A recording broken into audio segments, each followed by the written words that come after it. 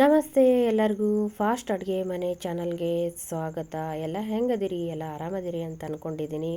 Instant ಮುಲ್ಲಂಗಿ ರೆಸಿಪಿನ ತೊಗೊಂಡು ಬಂದಿದ್ದೀನಿ. ಇವತ್ತು ನಾನು 2 ಮುಲ್ಲಂಗಿನ ತೊಗೊಂಡಿದ್ದೆ. ಸ್ವಚ್ಛಗೆ ತೊಳೆದು ಒಂದು ಮುಲ್ಲಂಗಿನ ಸಿಪ್ಪೆ ತೆಗೆದಿಟ್ಟಿದ್ದೆ. ಇನ್ನೊಂದು ಮುಲ್ಲಂಗಿನ ಸಿಪ್ಪೆ ತೆಗಿಲಾಕತ್ತೀನಿ ನೋಡ್ರಿ. ನಾನೀಗ ನಮ್ಮ ಉತ್ತರ ಕರ್ನಾಟಕ ಮಂದಿಗೆ ಏನಪ್ಪ ಅಂತಂದ್ರೆ ಯಾವುದೇ ಅಡುಗೆ ಮಾಡಲಿ, ರೊಟ್ಟಿನೇ ಮಾಡಲಿ, ಚಪಾತಿನೇ ಮಾಡಲಿ, ಹೊಲಕ್ಕೆ ಹೋಗೋ ಮಂದಿನೇ ಆಗಲಿ, ಮನ್ಯಾಗಿರೋ ಮಂದಿನೇ ಆಗಲಿ, ಒಟ್ಟಿನ್ಯಾಗ ಪಲ್ಯದ ಜೋಡಿ ಸೈಡಿಗೆ ಅವರಿಗೆ ಉಳ್ಳಾಗಡ್ಡಿ ಆಗಲಿ, ಇಲ್ಲ ಹಸಿ ಉಳ್ಳಾಗಡ್ಡಿ ಆಗಲಿ, ಮುಲ್ಲಂಗಿ ಆಗಲಿ, ಟೊಮೊಟೊ ಆಗಲಿ, ಇಲ್ಲ ಸೌತೆಕಾಯಿನೋ ಇಲ್ಲ ಕ್ಯಾರೆಟು, ಒಟ್ಟಿನಲ್ಲಿ ಸೈಡಿಗೆ ಬಾಡಿಸ್ಕೊಳಕ್ಕೆ ಬೇಕಾಗ್ತದ ನೋಡ್ರಿ. ಮುಲ್ಲಂಗಿ ಸೀಸನ್ ಬತ್ತಂದ್ರೆ ಬಾಡಿಸ್ಕೊಳಕ್ಕೆ ಮುಲ್ಲಂಗಿ ತರ್ತಾರೆ, ಆಮೇಲಿಂದ ಸಾರು ಮಾಡ್ತಾರೆ ಇದ್ರದ್ದು. ಅದಕ್ಕಾಗಿ ನಾನು ಇವತ್ತೊಂದು ಹೊಸ ರೆಸಿಪಿನ ತೋರಿಸ್ಲಾಕತ್ತೀನಿ ನೋಡ್ರಿ. ಕೆಲವೊಬ್ರಿಗೆ ಏನಾಗ್ತದ ಅಂದ್ರೆ ಬಾಡಿಸ್ಕೊಳಕ್ಕೆ ಹಲ್ಲ ನೋವು ಬರ್ತೈತಿ ಬೇಡ ಅಂತ ಹೇಳಿಬಿಟ್ಟಿರ್ತಾರೆ. ಅಂಥವ್ರಿಗೆ ಇದನ್ನು ಮಾಡಿಕೊಡ್ರಿ. ನಾನೀಗ ತುರಿ ಮಣಿನ ತೊಗೊಂಡಿದ್ದೆ. ನಾನು ಅಗದಿ ಸಣ್ಣ ಇದ್ರಾಗ ತುರಿತಾ ಇದ್ದೆ. ಅದು ಈ ಥರ ಫುಲ್ ಸಣ್ಣದಾಗಿ ಬರೋಕ್ಕೆ ಸ್ಟಾರ್ಟ್ ಆಯಿತು. ಮುಲ್ಲಂಗಿ ನೀರಿನಂಶ ಜಾಸ್ತಿ ಇರ್ತದಲ್ರಿ, ಹಾಗಾಗಿ ಫುಲ್ ನೀರಾಗಕತ್ತು. ಅದಕ್ಕೋಸ್ಕರ ತುರಿಯೋ ಮಣಿ ಒಳಗೆ ನಾನು ಮೀಡಿಯಮ್ ಸೈಜ್ ಇರೋದನ್ನು ತುರಿಯೋದನ್ನು ಚಾಯ್ಸ್ ಮಾಡಿಕೊಂಡು ಇವಾಗ ತುರಿತಾ ಇದ್ದೀನಿ ನೋಡ್ರಿ. ಇವಾಗ ನೋಡ್ರಿ ಕರೆಕ್ಟಾಗಿ ಬರ್ಲಾಕತ್ತು, ನಿಮಗೂ ಕೂಡ ಕಾಣಿಸ್ಲಾಕತ್ತದಂತ ಅನ್ಕೋತೀನಿ ನಾನು. ಸೈಡಿಗೆ ನಮಗೆ ಬಾಡಿಸ್ಕೊಳಕ್ಕೆ ಇರ್ಲಿಕ್ಕಂದ್ರೆ ಅದು ಊಟನೇ ಅಲ್ಲ ಅಂಥೇಳಿ ಅನ್ನಿಸ್ತದಲ್ರಿ. ಹೆಂಗಿದ್ರು ಮುಲ್ಲಂಗಿ ಸೀಸನ್ ಸ್ಟಾರ್ಟ್ ಆಗ್ಬಿಟ್ಟೈತಿ. ದಿನ ಒಂದೇ ಥರ ಬಾಡಿಸ್ಕೊಂಡಾಗ ಬೇಸರ ಆಗ್ತಿರ್ತದಲ್ಲ, ಆಗ ಈ ಥರನ ಮಾಡಿಕೊಡ್ರಿ, ತುಂಬ ಇಷ್ಟಪಡ್ತಾರೆ. ಈಗ ನೋಡ್ರಿ ನಾನು 2 ಮುಲ್ಲಂಗಿನ ಇದೇ ಥರ ನಾನು ಸಣ್ಣಗೆ ತುರ್ಕೊಂಡು ಬಂದುಬಿಡ್ತೀನಿ ರೀ. ಹೊಲದಾಗೆಲ್ಲ ಕೆಲಸ ಮಾಡೋರಿಗೆ ಬಿಸಿಲಿಗೆ ನೀರಿನಂಶ ಕಡಿಮೆ ಇರ್ತೈತಿ. ಆಮೇಲೆ ಬಿಸಿಲ್ದಾಗ ಕೆಲಸ ಮಾಡ್ತಿರ್ತದ, ಪದೇ ಪದೇ ಬಾಯಿ ಬತ್ತಿರ್ತೈತಿ. ಅಂಥವ್ರಿಗೆ ನೀರಿನಂಶ ಜಾಸ್ತಿ ಇರೋ ತರಕಾರಿಗಳನ್ನು ಕೊಡ್ರಿ, ಬಾಯಿ ಬತ್ತೋದಿಲ್ಲ, ಹೊಟ್ಟೆಗೂ ಕೂಡ ತಂಪಿರ್ತದ. ಮುಲ್ಲಂಗಿ ನೋಡ್ರಿ ನೀರಿನಂಶ ಜಾಸ್ತಿ ಇರ್ತದ ಮತ್ತು ಮೂಲವ್ಯಾಧಿಗೆ ಇದು ಭಾರಿ ಮದ್ದದ ರೀ. ಈಗ ನೋಡ್ರಿ ನಾನು ಇದನ್ನು ಪೂರ್ತಿ ಎಲ್ಲ ತುರಿದಿದ್ದಾಯಿತು. ಒಂದು ಪೂರ್ತಿನೂ ಈ ಥರ ಬಂದಿತ್ತು ನೋಡ್ರಿ. ನೋಡಿದ್ರಲ್ಲ ಎಷ್ಟೊಂದು ನೀರು ಬಿಡಾಕತ್ತೈತಿ. ಈಗ ಅದನ್ನು ಒಂದು ನಾನು ಈಗ ತುರ್ಕೊಂಡು ಬಂದುಬಿಡ್ತೀನಂತ್ರಿ.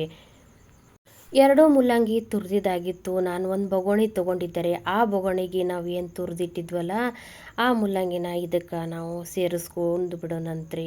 ಮುಂದೆ ಏನೇನು ಹಾಕೋದಂತ ನಿಮಗೆ ತೋರಿಸ್ತೀನಿ ರೀ. ಭಾರಿ ಟೇಸ್ಟ್ ಆಗ್ತದ ನೋಡ್ರಿ. ಒಂದು ಸರಿ ಮಾಡಿ ನೀವು ಬುತ್ತ್ಯಾಗ ಕಟ್ಟಿದ್ರಪ್ಪ ಅಂತಂದ್ರೆ ದಿನ ಇದನ್ನೇ ಮಾಡಿಕೊಡು ಅಂತಾರ್ರಿ. ಮುಲ್ಲಂಗಿ ಸೀಸನ್ ಇಲ್ಲ ಅಂದರೂ ಕೂಡ ನಿಮಗೆ ಕೇಳಕ್ಕೆ ಚಲೋ ಮಾಡ್ತಾರೆ ನೋಡ್ರಿ, ಅಷ್ಟು ಟೇಸ್ಟ್ ಆಗುತ್ತೆ ಇದು. ಮೊದಲಿಗೆ ನಾನು ಇದಕ್ಕೆ ಏನು ಸೇರಿಸ್ಕೋತೀನಿ ಅಂತ ನೋಡ್ರಿ. ಕೊತ್ತಂಬರಿನ ಸಣ್ಣಗೆ ಕಟ್ ಮಾಡಿ ಇಟ್ಟಿದ್ದೆ ರೀ. ಆಮೇಲೆ ಸಣ್ಣದಾಗಿ ಹೆರಚಿಟ್ಟಿದಂಥ ಒಂದು ಉಳ್ಳಾಗಡ್ಡಿನ ಸೇರಿಸ್ಕೊಳಕತ್ತೀನಿ ರೀ.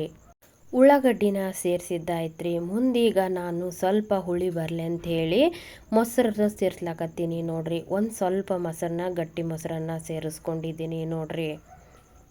ಆಮೇಲಿಂದ ಉಪ್ಪು ನಮಗೆ ಎಷ್ಟು ಬೇಕು ಅಷ್ಟು ನೋಡಿಕೊಂಡು ರುಚಿಗೆ ತಕ್ಕಷ್ಟು ಉಪ್ಪನ್ನು ಕೂಡ ನಾನು ಇವಾಗ ಸೇರಿಸ್ಕೊಂಡು ಇದನ್ನೆಲ್ಲ ಚೆಂದಾಗೆ ನಾನು ಮಿಕ್ಸ್ ಮಾಡಿಬಿಡ್ತೀನಿ ಅಂತ್ರಿ.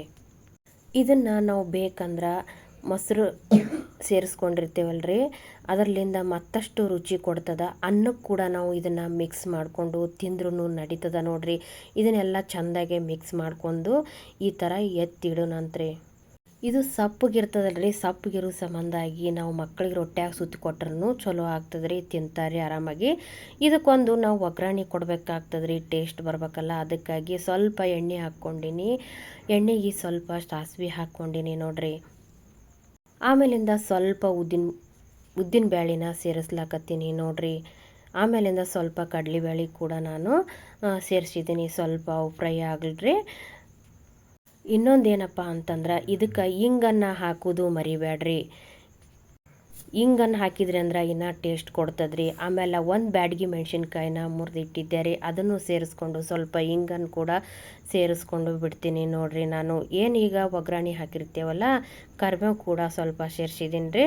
ಅದನ್ನು ತಂದು ಮುಲ್ಲಂಗಿದು ಮೊಸರು ಎಲ್ಲ ಮಿಕ್ಸ್ ಮಾಡಿಟ್ಟಿರ್ತೇವಲ್ಲ ಅದಕ್ಕೆ ತಂದು ಹಾಕ್ಕೊಂಡು ಇನ್ನೊಂದು ಸರಿ ನಾವೆಲ್ಲನೂ ಮಿಕ್ಸ್ ಮಾಡಿಕೊಂಡು ಬಿಡೋಣಂತ್ರಿ.